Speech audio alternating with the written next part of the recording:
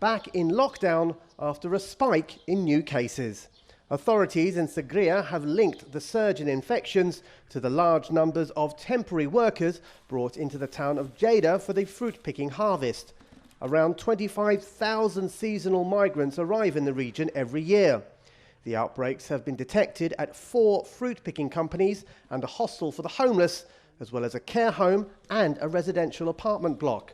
But it's the increase in infections amongst fruit pickers and the socially vulnerable that's causing the most concern.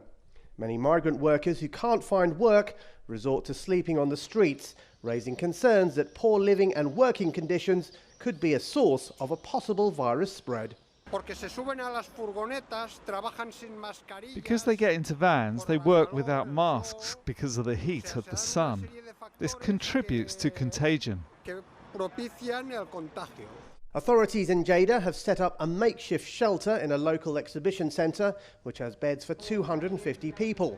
There are temperature checks on arrival and all beds are placed around 3 metres apart. The fact is that between 50 and 60% of those who have arrived here are people without papers. Obviously, when you have such a high percentage, these people are absolutely condemned to continue a situation of social exclusion. They're vulnerable and are at risk of having their rights violated.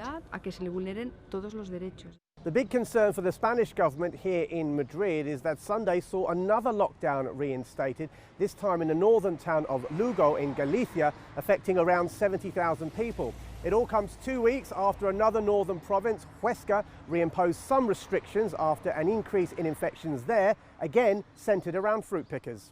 Meanwhile, local ministers in Catalonia have suggested the Segria lockdown could last around 15 days, but they haven't ruled out the possibility that it could be extended.